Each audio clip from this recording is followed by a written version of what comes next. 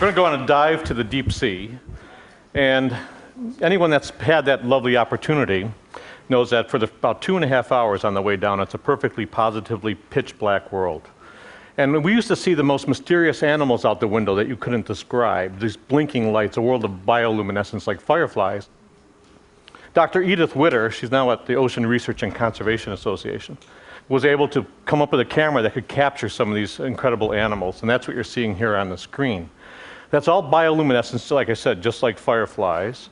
There's a flying turkey under turkey. I'm a geologist by training, but I love that. And you see, some of the bioluminescence they use to avoid being eaten, some they use to attract prey, but all of it, from an artistic point of view, is just positively amazing. And a lot of what goes on inside, there's a fish with glowing eyes, pulsating eyes. Some of the colors are designed to hypnotize, these lovely patterns. And then this last one of my favorites, this pinwheel design, just absolutely amazing, every single dive. That's the unknown world, and today we've only explored about 3% of what's out there in the ocean. Already we found the world's highest mountains, world's deepest valleys, underwater lakes, underwater waterfalls. A lot of that we shared with you from the stage, and in a place where we thought no life at all, we find more life, we think, in diversity and density than the tropical rainforest, which tells us that we don't know much about this planet at all. There's still 97%, and either that 97% is empty or just full of surprises.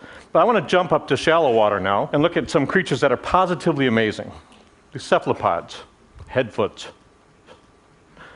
As a kid, I knew them as calamari mostly, but this is an octopus. This is the work of Dr. Roger Hanlon at the Marine Biological Lab. And just fascinating how cephalopods can, with their eyes, incredible eyes, sense their surrounding, look at light, look at patterns. Here's an octopus moving across the reef, finds a spot to settle down, curls up, and then disappears into the background. Tough thing to do. In the next bit, we're going to see a couple of squid. These are squid. Now, males, when they fight, if they're really aggressive, they turn white. And these two males are fighting. They do it by bouncing their butts together, which is an interesting concept. Now, here's a male on the left and a female on the right. And now the male has managed to split his coloration so that the female only always sees the kinder, gentler squid in him. And the male's on the outside. We're going to see it again. Let's take a look at it again. Watch the coloration. White on the right, brown on the left. He takes a step back, so he's keeping off the other males by splitting his body, and he comes up on the other side. Bingo. Now, I'm told that's not just a squid phenomenon with males, but I don't know if that's true. Cuttlefish. I love cuttlefish. This is a giant Australian cuttlefish, and there he is, his droopy little eyes up here. But they could do pretty amazing things too. Here we're going to see one backing into crevice, and watch his tentacles. He just pulls them in, makes them look just like algae. Disappears right into the background. Positively amazing. Here's two males fighting. Once again, they're smart enough, these cephalopods, they know not to hurt each other, but look at the patterns that they can do with their skin. Okay? Just an amazing thing. Here's an octopus. Sometimes they don't want to be seen when they move because predators can see them. And here's this guy actually can make himself look like a rock, and looking at his environment can actually slide across the bottom using the waves and the shadows so he can't be seen. He blends right into his motion blends right into the background. The moving rock trick.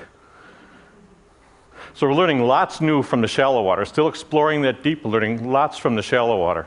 There's a good reason why. I mean, the shallow water is full of predators. Here's a barracuda. And if you're an octopus or a cephalopod, you need to really understand how to use your surroundings to hide. In the next scene, you're going to see a nice coral bottom. And you see that an octopus would stand out very easily there if you couldn't use your camouflage, use your skin to change color and texture. Here's some algae in the foreground, and an octopus. Isn't that amazing? Now, Roger spooked him, so he took off, a cloud of ink, lands, and when he lands, the octopus says, "Look, I've been seen, best thing to do is get as big as I can get." That big brown makes his eye spot very big, so he's bluffing. Let's do it backwards. I thought he was joking when he first showed it to me. I thought it was all graphics.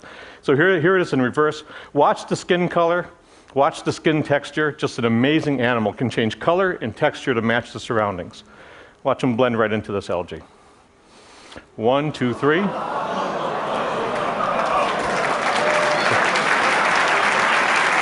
And now he's gone, and so am I. Thank you very much. Thank you. Okay. Thank you.